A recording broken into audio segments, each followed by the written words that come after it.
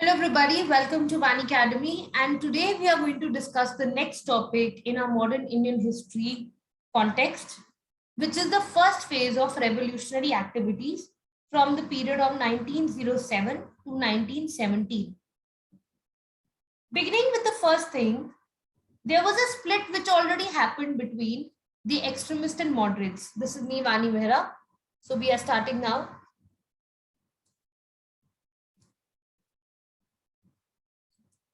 A split was seen very clearly between the moderates and the extremists.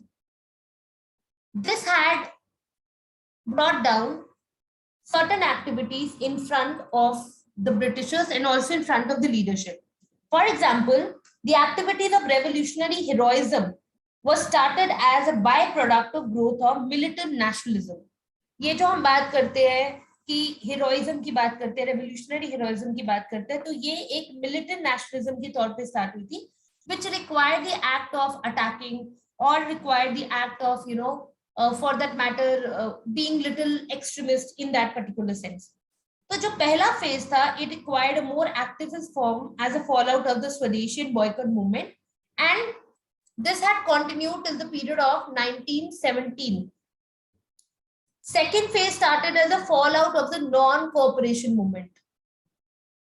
So after the decline of the open movement, जो younger nationalists थे, who had participated in the movement, they found it impossible to leave off and disappear into the background. उन्होंने ये सोचा कि किस तरह से वो अपने एक्सप्रेशन को आगे लेकर आ सकते हैं, how they can find out those activities in which they can bring the struggle in front of the people. और ये जो extremist leaders थे, they called upon the youth to make sacrifices, but they failed to create an effective organization or find new forms of political work to tap these revolutionary energies. अब जितने भी young लोग थे वो चाहते थे कि वो इसके अंदर पार्टिसिपेट करें, पर उन्हें कोई तरीका, कोई रास्ता नहीं मिल रहा था.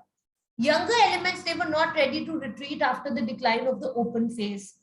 Leadership was failed to tap the revolutionary energies of the youth. और जो गवर्नमेंट का रिप्रेशन था, it left no peaceful avenues open for the protest. अब गवर्नमेंट इतना रिप्रेस कर रही थी इन एक्टिविटीज को कि कोई तरीका नहीं बचा था. No peaceful avenue was left, which can further go for the protest also.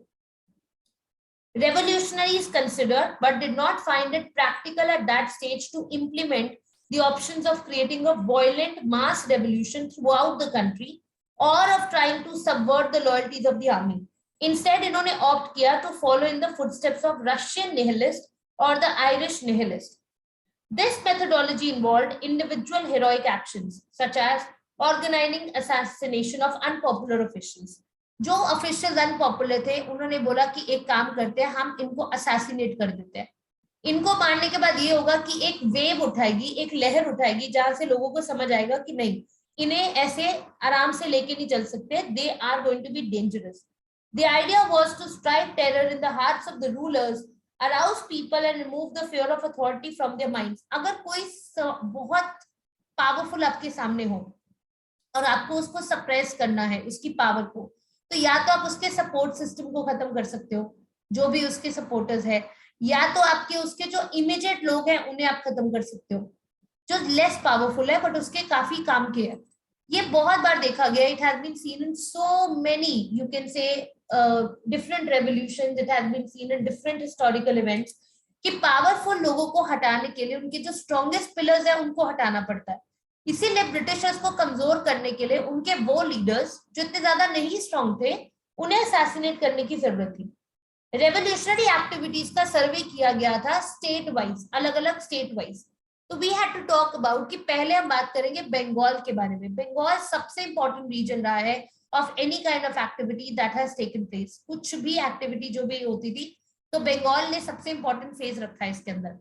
1902 में पहला रेवोल्यूशनरी ग्रुप बना था मिदनापुर एंड कैलकाटा में, द अनुशीलन समिति. याद रखिए 1902 में, please understand the year very carefully.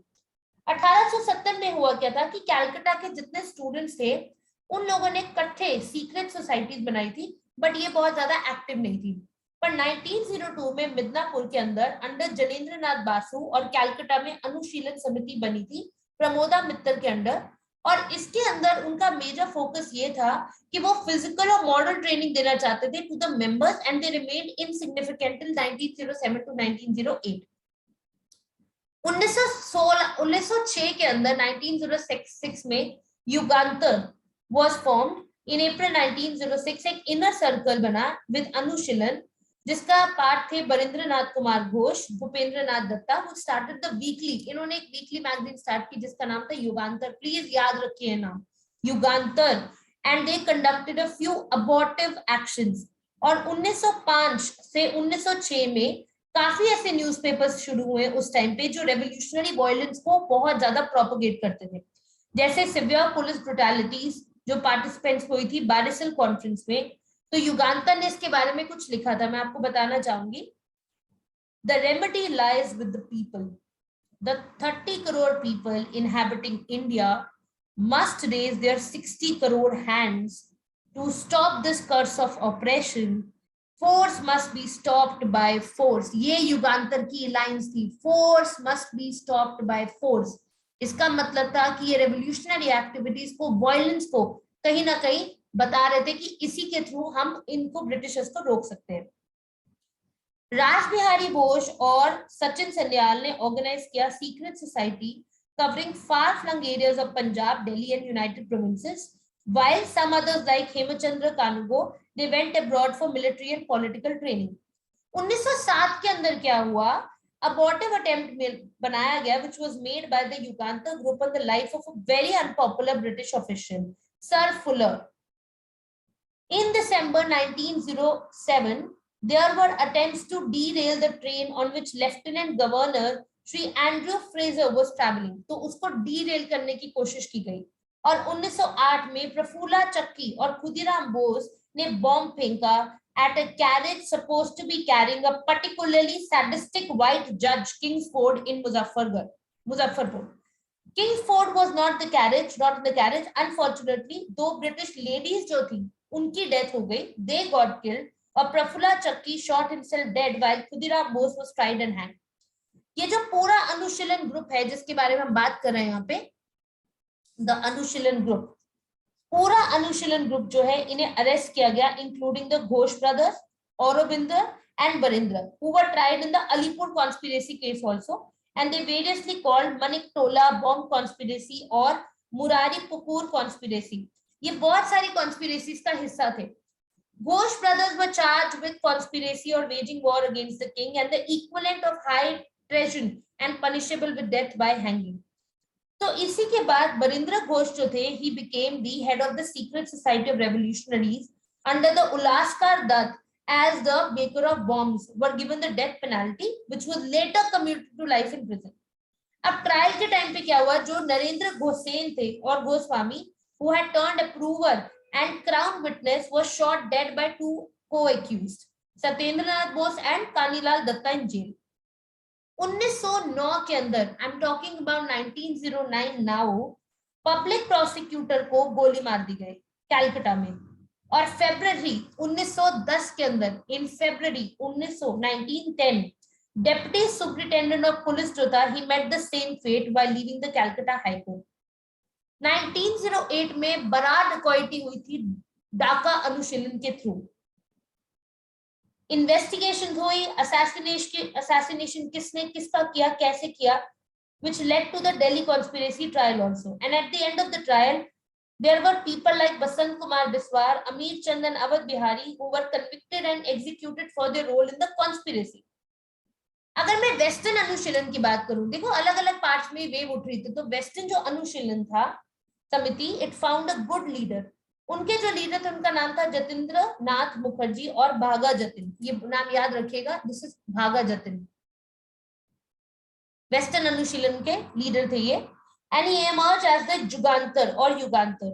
Jatin revitalised links between central organisation Calcutta and other places in Bengal, Bihar and Orissa. During the first world war, जब पहली वर्ल्ड वॉर चल रही थी, जुगांतर जो पार्टी थी इन्होंने अरेंज किया कि ये जर्मन से आर्म्स और एम्युनिशंस को इंपोर्ट करेंगे थ्रू सिंपैथाइजर्स एंड रेवोल्यूशनरीज अब्रॉड। इन्होंने राज बिहारी बोस को ये बोला कि आप देखिए चार्ज ले लीजिए अपर इंडिया का, and they aim to bring about an all India insurrection in what has come to be called as a German plot या जिमरमैन प्लान। जुगांतर पार्टी ने अपने फंड्स को रेस किया through a series of dacoities. देखो पैसा कमाने का एक ही तरीका था, या तो वो लूटमार करते पैसा कहां से कमा सकते थे? They had to earn money through some means. So what was the major mean that they had in their hand? They could do dacoity. डकैती करते, वो डकैती करी तो उनके पास पैसा आया, फंड्स इंक्रीज हुए, which came to be known as taxi cab dacoities and boat dacoities, so as to work out the Indo-German conspiracy. अब ये भी फोकस किया गया कि गुरिल्ला जो फोर्स है, it will be organised to start an uprising in the country with the seizure of Fort William and a mutiny by armed forces. Unfortunately revolutionaries की अगर हम बात करें, जो प्लॉट था वो लीक आउट हो गया एक ट्रेटर के कारण. देखो सबसे खतरनाक तो विभीषण ही हुआ. रावण की लंका जलवाने वाला विभीषण था. अगर if you don't have a traitor then you can protect your house, but if you have a traitor you are all gone. तो कॉन्स्पिरेसी करने वाले जो होते हैं ट्रेटर, दगाबाज, धोखेबाज जो होते हैं, उस टाइम पे यही हुआ कि एक कॉन्स्पिरेटर निकला जिसने सारी बातें बाहर लीक आउट कर दी. पुलिस को पता लग गया कि वेस्टर्न अनुशीलन जो समिति है उसका लीडर जो था भागा जतिन, वो बालासोर में था waiting for the delivery of German arms. Jatin और उनके जो एसोसिएट्स थे वो क्या किए थे, they were located by the police. There was a gunfight as a result of which revolutionaries were either killed or arrested. और जो जर्मन का ये जो प्लॉट था ये फेल हो गया. जतिन मुखर्जी को गोली मार दी गई and he died as a hero's death in Balasore on Orissa coast in 1915. तो 1915 में उनकी डेथ हो गई. न्यूज़पेपर्स और जर्नल्स जिनमें एडवोकेट किया गया रेवोल्यूशनरी एक्टिविटी, तो उसके अंदर लिखा गया, कौन सी न्यूज़पेपर में आपको पूछा जा सकता है, जैसे संध्या में लिखा गया, युगांतर में लिखा गया, इनके अंदर मेंशन किया गया कि क्या क्या एक्टिविटीज रेवोल्यूशनरी जो मिलिटेंट्स थे इन्होंने किस तरह से किए. अब बहुत एम्फोसिस हिंदू रिलीजन पे था एंड मुस्लिम्स जो थे उन्हें अलग रखा गया and it also encourage quick toxic heroism. तो ये बहुत ज्यादा दिक्कत वाली बात थी. बट इसके बाद हम और एरियाज के बारे में बात करेंगे. जैसे अब हम महाराष्ट्र के बारे में बात करने वाले हैं, तो 1879 में Ramoshi peasant force which was led by Vasudev Balwant Phadke, we are going to talk about कि पहला जो रेवोल्यूशनरी एक्टिविटी था महाराष्ट्र में. गाइस फिर से समझ लीजिए, अगर आप पेपर दे रहे हैं किसी भी स्टेट का तो आपको ये चीजें याद रखनी चाहिए कि महाराष्ट्र में जो पहला रेवोल्यूशनरी एक्टिविटी था वो रामोसी पीजेंट फोर्स था बाय वासुदेव बलवंत फाड़के. इसका एम था to rid the country of British by instigating an armed revolt. Armed revolt की जरूरत है और किस चीज को डिस्टर्ब करने की जरूरत है, कम्युनिकेशन लाइंस को. इन्होंने ये सोचा it hope to raise funds for its activities through dacoities. It was suppressed prematurely, पहले इसको दबा दिया गया. 1990 में तिलक ने अटेम्प्ट किया to propagate militancy among the youth through Shivaji and Ganapati festivals. आपको याद होगा कि 1905 में भी ये फेस्टिवल्स को यूज किया गया था during the partition of Bengal. तो ये तिलक का अटेम्प्ट था टू प्रोपेगेट मिलिटेंसी एंड इस journals like Kesari and Mahratta इसके थ्रू इन्होंने प्रोपेगेट करने की कोशिश की. 1897 में Chapekar brothers kill Rand and the plague commissioner of Poona and lieutenant Ayerst. तो इन्होंने उन्हें मारा. इसका मतलब again they were resorting to these means. 1899 में मित्र मेला, एक सीक्रेट सोसाइटी ऑर्गेनाइज की गई by Savarkar and his brothers.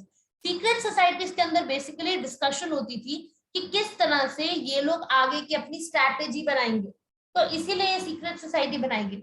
और 1899 के अंदर मित्र मेला जो बनी, तो 1904 में मित्र मेला मर्ज की विद अभिनव भारत.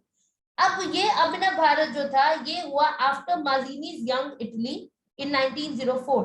और नासिक और पूना और बॉम्बे इमर्ज हो गया as a centres of bomb manufacture. अब यहाँ पे बॉम्ब बनना स्टार्ट हो गया. तो इसके बाद इन लोगों ने क्या किया, जैक्सन थे उस टाइम पे collector of Nashik, who was also well known and Indologist. He was killed by Anant Laxman Kanhere, a member of Abhinav Bharat. इन्होंने ब्रिटिशर्स के लोगों को मारना स्टार्ट कर दिया. और 1909 में जो डिस्ट्रिक्ट मजिस्ट्रेट था नासिक का, जैक्सन ने उन्हें मार के पंजाब जो रेवोल्यूशनरी एक्टिविटी थी वो लेड की गई बाय लाला लाजपत राय, अजीत सिंह, अगा हैदर, सैयद हैदर रजा, भाई परमानंद, लाल चंद फलक एंड सूफी अंबा प्रसाद. देखो कोई भी मूवमेंट है वो तब तक इनअप्रोप्रिएट रहती है जब तक we don't have the support of people from abroad. तो 1905 के अंदर श्यामजी कृष्ण वर्मा ने सेटअप किया Indian home rule society. Please remember this name, it's very important. Shyamji Krishna Verma set up an Indian Home Rule Society and India House and brought out the journal The Sociologist in London. Very, very important. 1909 में मदनलाल ढींगरा ने modern किया Curzon Wyllie को and madam Bhikaji Cama operated from Paris and Geneva and brought out the journal Bande Mataram. Ajit Singh also got active और Berlin में जो committee बनी, Berlin committee for Indian independence was established by Virendranath Chattopadhyay and others. बहुत सारे mission भेजे गए. हम चाहते थे कि सारी जो कंट्रीज और हमारे जो लोग हैं जो इधर उधर रह रहे हैं, we wanted all of them to come together. तो हमने क्या किया, अपने मिशन भेजे Baghdad, Persia, Turkey, Kabul. North America में गदर वाज ऑर्गेनाइज्ड बाय लाला हरदयाल, रामचंद्र, भवन सिंह, करतार सिंह सराबा, बारकतुल्ला एंड भाई परमानंद. जो गदर पार्टी है उन्होंने गदर इंसिडेंट बनाया. और गदर के कॉन्टेक्स्ट में कोमागातु मारुतु इंसिडेंट्स को हम कैसे भूल सकते हैं. गदर प्रोग्राम में क्या हुआ? गदर प्रोग्राम का मेजर मोटिव था to assassinate officials. Publish revolutionary literature कि जिसके अंदर लोगों को समझ में आए कि हमें रेवोल्यूशनरिस्ट बनने की जरूरत है. Work among Indian troops abroad and raise the funds. Bring about a simultaneous revolt in all colonies of Britain and attempt to bring about an armed revolt in India. ये चाहते थे कि armed revolt हो India में amidst the favorable conditions which was created by outbreak of First World War and कोमागातु मारू incident जो हुआ था 1914 में. तो कोमागातु मारू इंसिडेंट में क्या हुआ था मैं शॉर्ट में बता देती हूँ. एक शिप थी which was carrying 370 passengers, mainly Sikh और पंजाबी मुस्लिम, who would be immigrant from Singapore to Vancouver. इन्हें वापस भेज दिया गया था by Canadian authorities after 2 months of privation and uncertainty. और generally ये believe किया जाता है कि जो Canadian authorities they were influenced by the British government at that time. तो जो ship थी finally anchored at Kolkata in September 1914 और जो inmates थे they refused to board the Punjab bound train. In the ensuing conflict with the police at Bajbaj near Calcutta, 22 people died. इसीलिए ये जो incidents है इसके लिए recently आपने देखा होगा कि they had asked for an apology for the incident which took place in the past, because now the kind of relation that we have Punjab in Canada is very different from what happened in the past. So this plan was also foiled due to treachery. Again एक traitor था जिसके कारण ये plan सारा खराब हो गया. And Defense of India Act 1950 पास की गई primarily to deal with the Gadarites. इनसे डील करने के लिए Defense of India Act बनाई गई ताकि किसी तरह का कोई पॉलिटिकल या किसी तरह का कोई ऐसा मुद्दा ना उठे जो हार्म कर सके सोसाइटी को. साथ ही साथ में there was a mutiny in Singapore. Among the scattered mutinies during this period, सबसे notable थी सिंगापुर में 1915 में by Punjabi Muslim 5th Light Infantry and 36th Sikh Battalion under Jamadar Chishti Khan, Jamadar Abdul Ghani and सूबेदार दाऊद खान. ये भी क्रश कर दी गई थी after a fierce battle in which many were killed. So definitely there was a temporary respite in revolutionary activity after the First World War because to release the prisoners का it held under the Defense of India rules cooled down passions a bit. And there was an atmosphere of conciliation after Montague August 1917 statement also. और जैसे इन्होंने बोला था कि हम constitutional reforms करेंगे तो लगा था लोगों को कि हाँ चलो हो सकता है कि ये हमारे भले के लिए कुछ करे. और इसी के साथ हम डिस्कस करेंगे अपनी नेक्स्ट सेशन में about the Montagu-Chelmsford reforms which were introduced, and this is going to be our next topic, how the First World War happened and what was the response of the nationalists in India. And we'll also talk about 1917 Montagu-Chelmsford reforms. This is me, Vani Mehra, signing off. Thank you so much everyone for watching the video. Please like, share and subscribe and make sure that you're watching the history series with us. This is the most important series for any competitive exam or in general sense also. Take care.